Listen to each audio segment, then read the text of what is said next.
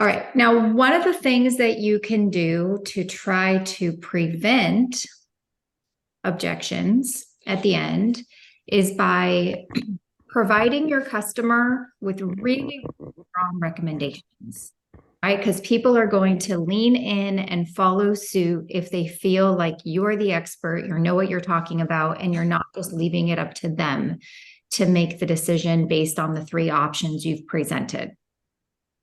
Sometimes we can be really comfortable and really strong in the beginning and through our presentation, and we're really passionate about what we're talking about. But then the anxiety turns up 25 notches when we get to presenting them the quotes. And if you ever take the time and listen back to your calls, a shift happens with almost 90% of you guys, that when you're starting to present options, you get really timid, and it's the confidence changes. We're no longer confident with our options. We kind of start losing our confidence. And some people even offering as low as 1,500 in coverage to start because we want it to be really cheap so they buy. Does that sound familiar to anybody? Let's just do the cheapest thing possible because then I know they'll be able to afford it. But that's not necessarily in your customer's best interest, right? They're going to hear something really, really low like that and feel like that's just not going to be enough to take care of their family's needs. So number one rule of thumb when giving recommendations, you don't ever want to go below 5,000 in coverage unless you have to.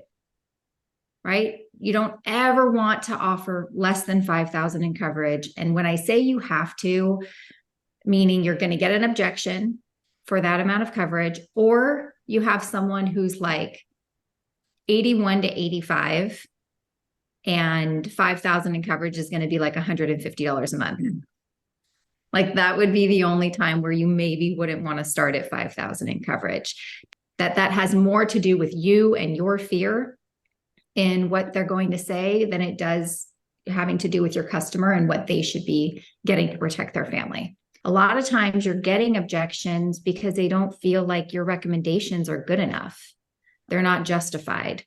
And I know that we can get cremation down to a low cost and we can price shop and we can negotiate, but really, we really shouldn't be offering less than 5,000 in coverage. And a lot of times the reaction from our customers when we offer 1,500 or 2,000 in coverage, that's well, that's not enough, right? Because we start too low. So I just want everybody to kind of make a mental note of that. I probably heard 10 calls yesterday where the amount of coverage started at was around 1,500 to 2,000. And the response from the customer was, that's not, someone tried to replace a $5,000 Mutual of Omaha policy for a $1,500 Lincoln Heritage policy because of the FCGS. And that's just not the right thing to do, right? That's just way too big of a difference. So for some of the questions that were already asked, when you kind of figure out what you're dealing with, because you have to know what you're dealing with, you have to handle that in education. The people that are getting objections at the end for I'm comparing different things, I don't really know what I want to do, that means that you didn't handle education well, right? That you didn't have clarity and your customer did not leave that section knowing 100% for sure they don't want this and they want this. If there's still uncertainty, that's going to be your objection at the end. Well, I just want to go check one more time. Well, I'm not sure that that's what I really want to do because you didn't pre-handle that in education. So when we get to objections, the hardest part about objections, I've said this a million times, the hardest part about objections at the end is you are only going to be able to handle the objections that you did not create. And most of us create the objections that we get at the end because we aren't covering the hole, uncovering the holes and then closing them. Through our discovery process, through our education process, the FCGS is a lot easier. It's much easier to understand because they can't compare it to anything else, but you still have to make sure they see value. in what we're offering. And that's a whole other section. But most of the objections you're going to get are going to come up around price, around coverage amount, and all of that has to be taken care of in education. If they don't understand what you're going to quote them compared to what other quotes they're getting or what they might have, it won't end in a sale. And it's very hard to overcome those. So the objections that I wanted to cover today were the price objection one, and let's see, and the banking information objection. Price objection and banking information objection. Were there others that you guys are really struggling with? Well, I had another quick question pertaining to a call I literally just had. So I got a gentleman on the phone. He was looking, his wife was the one who was kind of spawning him to look for both of them. Wife wasn't available and around at the time. I knew I was going to get spousal at the back end, and he couldn't give me any sort of decision without speaking with her. Yeah. How are you handling that right there? Are you trying to schedule something where they're both available, or are you still going down the road and hoping you can find a way to get around that spousal objection at the back? Well, I do that. I handle that in two different ways. So once I feel like I've gotten the person to lower their walls and they're opening up to me and I'm getting them engaged, usually that happens during FCGS with me, right?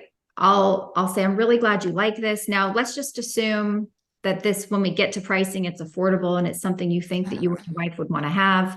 Are you comfortable doing an application with me today first and doing your wife's later, or would you prefer that you do them together? Right? I just need to get a sense of that early on. And so if it's absolutely, I can't do anything without my wife, then I'm going to get to the end and then I'm going to act as if I can't provide pricing. Right? So that I give them a reason to get back on the phone. So I'll get to the end and I'll say, perfect, two options. Perfect. I have everything I need now from you and your wife to be able to generate some really good options. I have to pretend like it's a long process. When can we get you and your wife back on the phone so that when I'm ready with these, I can go over them with you guys together? Right? So, because if you give price to a husband and wife and one of them isn't there, he's only going to leave with price. Okay, that's option one. Option two is same thing, but you can use the, oh shoot, my computer just crashed. I can't get the pricing, if you kind of feel like the other one you're not comfortable with, I can't, when can we get back together so that when it's up, I'll have the pricing ready for you. So that's the whole point. I have to give them a reason to call me back, but I'm not going to discard or discount the opportunity because I want to give them a reason to call me back. Does that make sense? Yeah, it does. Thank you very much. Okay. Dana, quick question. Yes, my question is if someone's made it clear in the beginning about the amount of coverage that they won't take anything less than that. I guess I don't know if my mistake is that I just continue to go and get to the end and talk about coverage and pricing, or should we just end the call there when you know that you can't give them what they want? Okay, so I have the answer for you, but I want to see if other people on the call can help.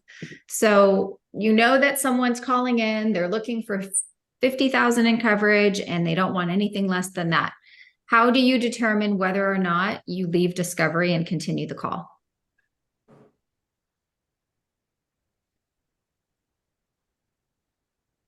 Anybody can answer. I don't have to call on you. I mean, I'd use the all or nothing question. Not yet. It wouldn't be appropriate yet because we don't know what they want the coverage for. I would say, go ahead, Hillary. I would say it really depends on the expenses or what they want the policy for. I think depending on what they want the policy for, whether it's funeral or to leave as a gift, then that would give me an idea, I think, of if I can work that or not. And So depending what would on your questions be? What specifically, Hillary, what would your questions be to the customer? Well, I would ask them, like, is there a specific reason why they want so much coverage? Like, why do they want 50,000? What do they want that coverage for 50,000 to do for them when they pass? So it depends if they tell me like I want to leave it as a gift for my kids. And I think it really depends on the age that they like, their age. Because if they're 80, then I just know that's not something that's gonna be that I can help them with. And if they don't care about funeral expenses, then it's just not worth continuing the call. It doesn't make sense. But But if they how do you find out if they care about funeral expenses? Because all I heard you say so far is just trying to figure out what they want it for. So let's say they just wanted to leave it as a gift. How do you find out if they want funeral expenses covered? Well, I asked them, besides them leaving as a gift, are they also concerned about funeral and final expenses? Is that something that also concerns them at all? Okay. And if they say yes, then I think we're good to go. And if they say no, then yeah, then I don't think so. Okay, so you have to, in your discovery, when someone says they want more coverage than we can provide, all you have to do is come from a point of curiosity. Okay, I understand. How did you land on the 50,000? Just asking them what do they want to make sure get covered with that amount? And is it important to you that something like funeral costs or final expenses are paid for out of that 50,000? And if they say yes, of course, well, now you know exactly how to educate them to separate the need and make sure they know that the only quotes that are going to be coming out of your mouth are 5, 10, 15,000. No, you're not going to come anywhere close to the amount that they're wanting, and that you're going to be recommending that they continue to, search for a cheaper term policy to take care of the rest. Does that make sense? Yeah. So yeah, you can't ignore the elephant in the room. Otherwise, you're going to get that's not enough coverage objection at the end. Yeah. I realized that the way it went yesterday was the way it had to go. And then my next question is, okay, so what if you have someone that it's like the husband is 52, the wife is 36. They understand that final expense is probably the best option for the person, over 50. And they also understand that term is probably the best option for their wife, because they said she's healthy. And so I explained that, we don't do term. My recommendation would be to get the final expense for you and then continue shopping, for your wife for her term. And then when you get to the end, I quoted 35,000 for him because he was younger and he wanted a traditional funeral and all the bells and whistles and to leave a bunch of money to a bunch of people in his family. But he also wanted to see the 35,000 for his wife. And I think when he saw the 35,000 for both, the sticker shock just ran him off. Do you think that I handled that the best way? Well, first of all, I'm just a little bit concerned of your thought process, because just because someone's in their 30s doesn't mean that they shouldn't consider getting a final expense policy on a 20-pay plan. In fact, people in their 30s who get final expense on a 20-pay plan won't even pay as much as their policy's worth at the end of the 20 years. And this comes, all of these questions are leading us to conclude that because we don't have a good understanding of our customers' situations and what is in their best interest, how could we possibly make strong recommendations at the end? We're just doing what the customers are asking us to do. And when we just do what our customers ask us to do without saying, no, I really feel this is a better solution for you based on this situation. You don't need 35,000, for the wife. All you're looking to do is put something in place to take care of a funeral, final expenses.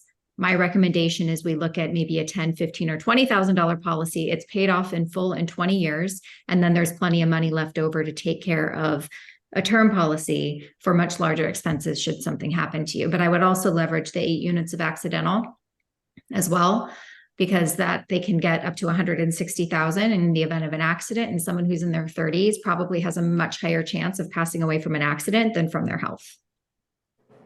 Okay. That's what I was, okay. So the 8 units of accidental death. So the max isn't 5, it's 8. Correct. The script says 5 to make it easy for everybody. Oh, okay. Got it. Yeah. So in order to find out how much coverage they get for 8 units, you divide by 5 and multiply by 8. That's how you get your number per unit. Okay. Okay. So a lot of this is all really good stuff, because we don't want to just react to our customer situation. We want to ask really good questions and try to help them paint the bigger picture. We need to educate them properly. We need to make them understand what their options are. We need to check in and ask them how they feel about what we just said. Do you like the idea of that? Do you see the direction I'm going with you? Do you feel like that could be maybe a better solution or a good solution in addition to what you're looking for? Tell me your thoughts, right? I'm collaborating with them so that together we are coming up with a solution that is going to give them everything that they want, right? I'm not telling them what they should do. They're not telling me what they should do. I'm giving them the information. I'm asking them how they feel about it. And then we're coming up with a collaborative solution on how we're going to solve their problem. So when I get to the end, here's my recommendation. They already know what's coming, because while we were talking and discovering, we've already come up with what the solution will be. And at the end, it's just about how much is that solution going to cost. And my recommendations are going to be based upon what else they have going on, the much bigger picture. So if I know this 30-some-year-old woman's going to want to get a term policy, I need to know how much coverage she might be wanting to get. I'm going to need to know what expenses she wants to take care of if she were to pass away from her health in the next 10, 15, 20 years. I'm going to need to figure out what the total budget is for them, for all insurance, so that when I make recommendations, I can also justify it with it's this much per month. You also have this much left over if you still want to go ahead and get a term policy in place, right? It has to be so much higher level so that you're helping them solve all their problems, not just the final expense piece, right? Does that make sense? We just have to have more better, stronger, sophisticated conversations with these people. Yeah, it makes sense. So we're not just putting them in a either or, right? It doesn't always have to be either or. It can be, because sometimes I think we go into the conversations like, you don't need term is bad, term's going to cancel. It's not always bad, right? It really isn't. I have a term policy. My husband has a term policy, for over $1 million a piece. Because if one of us were to pass away from a stroke or a heart attack, you think I'm going to be okay with a $20,000 final expense policy for the rest of my life? No. Right? So let's not discount or discard some of the other needs that people want. Okay. So why do we get the banking information objection? We have to understand this before we can overcome it. Why do people consistently get banking objections at the end? Because we haven't overcome it ahead of time. Go ahead, say it again. I didn't hear. Well, I just said because we haven't overcome it ahead of time. We haven't been confident in our process for when it comes to finances. Can you expand on that a bit more, Cody? Say that one more time. Can you expand on what you said a little bit more? What do you mean we haven't covered finances? No, I just mean when it comes to financial information, one, it's being very confident, right? A lot of times it's really easy, especially when you're in sales, to get shaky around that, around talking about financing, around talking about if somebody has a bank account and things like that. But also too, it's, written into our script to pretty much be handling that very early on, right? As we're transitioning from discovery into education. And if we've handled that properly, then you should already have an idea for the customer's confidence level in you right then and there as you ask that question, how confidently you're able to answer that question and how they respond to it. I usually already know if I'm going to get a banking objection right then and there. which if you already have identified that early in your call, then that's something else that you can kind of utilize to your advantage as far as rapport building on that call as it continues, and continuing to break down those walls. So when you get to that point, they're a lot more confident in giving it to you, provided you've done a great job with discovery, solving their problems, and education. Okay, Hillary? I would say one of the reasons why, which in my case, I would say the main reason is because they're not completely sold yet. So because they're not completely sold and they're still kind of thinking about it, and they're not 100% sure about their decision, they don't want to commit, so they don't want to give you the banking information, and we're just trying to push for the approval. So that's when they don't want to give out that information. That's one of the reasons. The next reason I would say is because they also have trust issues, kind of maybe things that has happened in the past with them that, kind of gets them, all kind of like, about giving this information over the phone. So I would say those two reasons. Right. You're 100% right on both of those. And Hillary is 100% right. The two reasons you're getting banking information objections at the end is because A, they're not sold, and B, they have just deep-seated trust issues. And we have to handle those objections differently, right? We have to handle those objections differently. So the trust issue is going to be much harder to overcome. And if you try to push for an approval, you will lose, they will hang up on you, you will never talk to them again. So in the script, you guys should probably be practicing this one over and over and over again, because this one is really going to make you appear to be not desperate. Oh, don't worry about it, right? We're just going to make sure you're approved. And if you decide you don't want it, you can just cancel. That's not solving their concern, because they're still going to have to give you their banking information. So in order for, whenever you find this out, that they're not going to give you banking information, I don't care if it's in the beginning, in the middle, or the end, you have to address it. If someone tells you in the beginning, I don't care what you say, I am not giving you my banking information, you have to start here. You have to address that. You cannot waste your time for 50 minutes hoping you're going to change their mind, right? Because this is a deep-seated trust issue that has to be addressed now, right? As opposed to they're not sold, they're not ready to give you their banking information. Two very different things. So whenever you find this out, and it could be in the beginning, you need to address it, right? Okay, I understand, Hillary, but we really can't go much further then if you're not willing to provide anybody your banking information to draft a first payment. Can I just ask you really quick, what has you feeling concerned? Right? And then just let them tell you, what has you feeling concerned about that? Well, I had this, someone took money out of my account and I just can't do it anymore.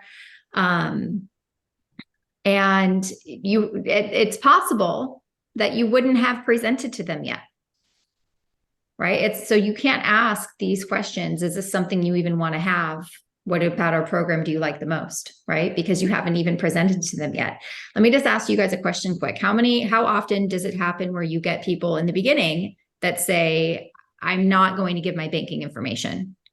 I've had it a couple times, where they've asked me, do I have to give you my banking information or can I send in a money order?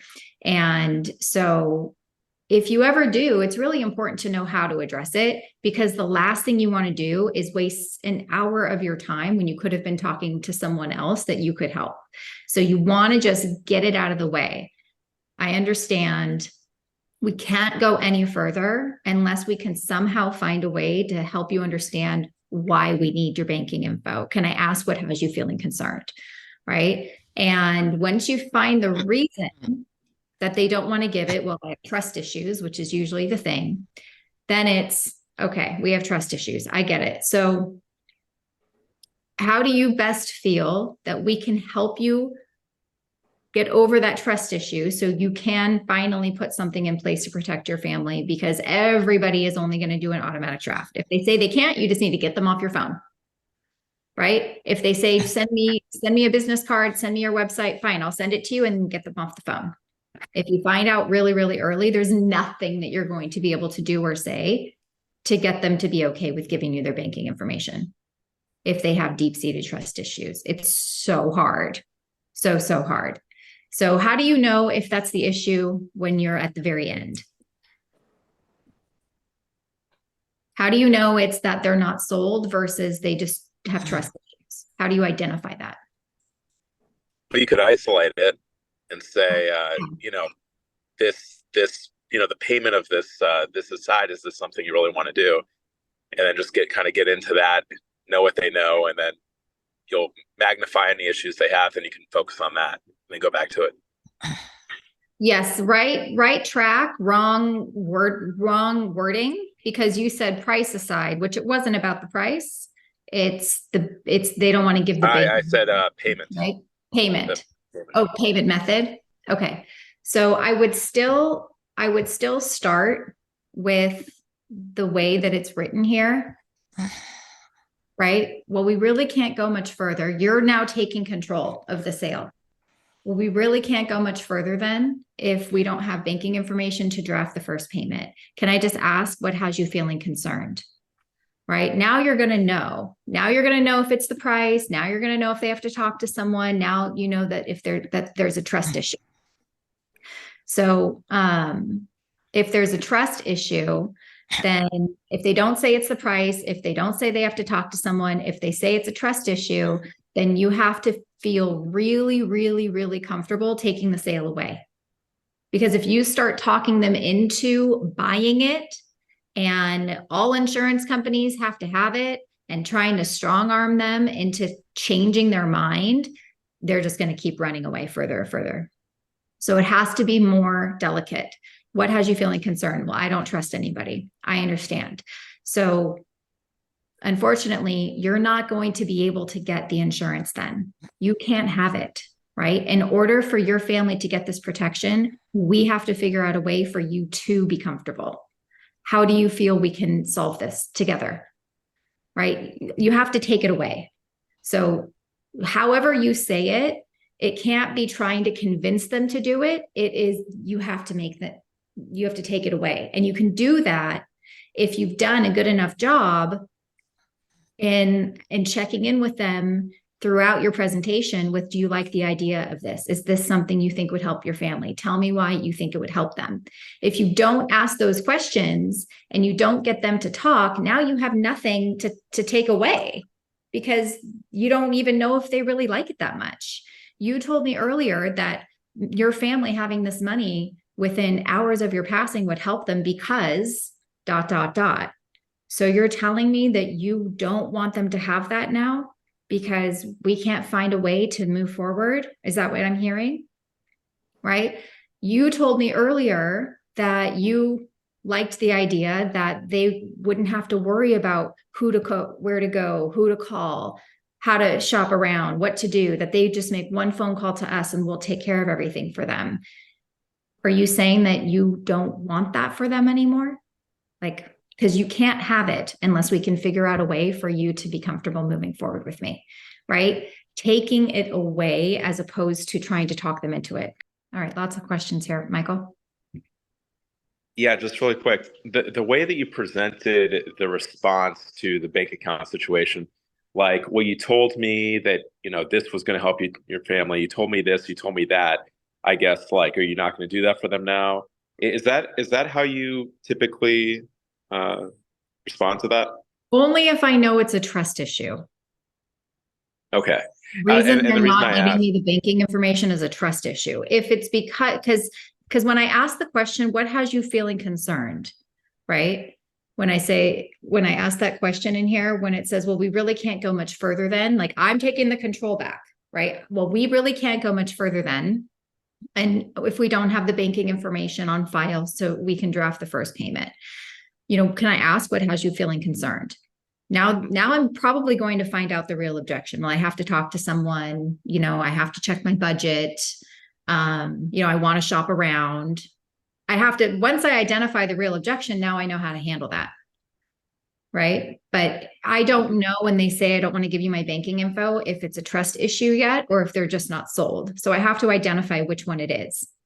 If they say it's a price issue, I want to check my budget, now I know exactly how to handle that. Right? Which is, okay, let's put the price aside here for a second. Now I'm going to do what you suggested earlier. Is this even something you want to have?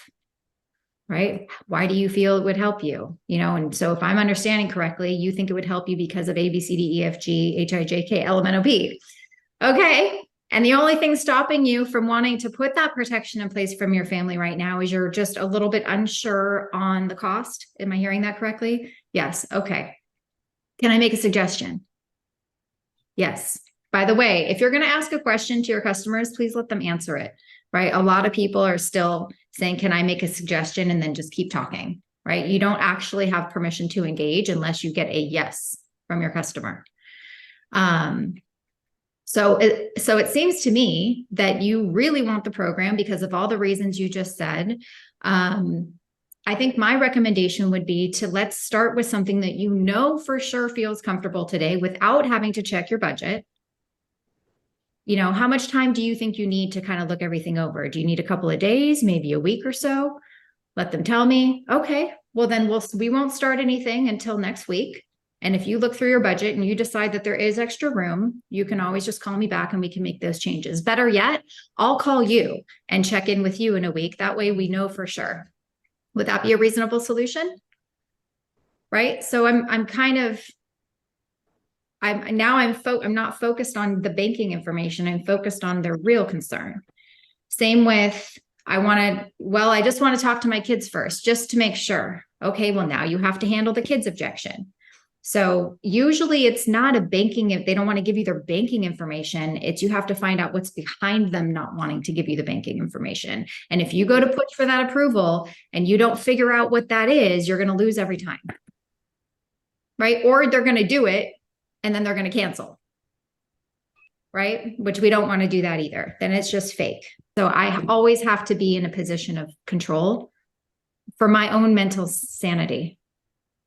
Right? If I'm not going to just be chasing people all day long. Right? So that's just not what I'm ever going to do. And there's always exceptions, right? If there's a piece of information that I need, like we physically can't get it, like there's logistic things where I have to follow up with people, but not to make a decision. The decision has been made and the ball is in their court for me.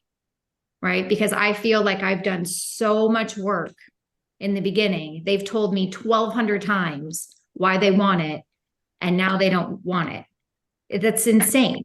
Why would I follow up with someone like that? That's insanity. Right? So I would do exactly what you just said. 1,200. They have told me 1,200 freaking times why they love it, why they want it, how they think, or they have told me that they don't see value in whole life insurance. They don't want it for burial. And I didn't present to them. I let them go. Right? Yeah. Or at the end, we've given price and they said, you know what? I just don't want it. They've given me an answer. So there's no follow-up there either, right? I don't have 100% conversion rate, but I would say that I would follow up with people less than 5% of the time, because I am converting 60, 70% of the people that I give a quote to. The minute they sense any sort of hesitancy from you, you've lost. They are now in control, right? So the price objection should be the absolute easiest objection for every single person to overcome. You should have that one committed to memory just as good as you do with the first 30-second objection that we've been practicing, which is, I have already taken care of that. That's not a problem. While I have you on the phone, would it make sense to just give you one more quote just to make sure you are offered the best policy available, right? Like rapid fire. We know exactly what to say every single time. Price objection. That's not a problem. I understand. Let's just put the price aside for a second. Is this even something you want to have? Go back to the value. They have to tell you again why they want it. Then you have to make a recommendation. Then you can reduce it, right? We never, ever, ever, ever push for the approval. That's how your persistency score is going to be super low. We don't want to live in cancellation world either. right? We want these people to feel good and comfortable about the decision that they're making, and then we want them to keep it.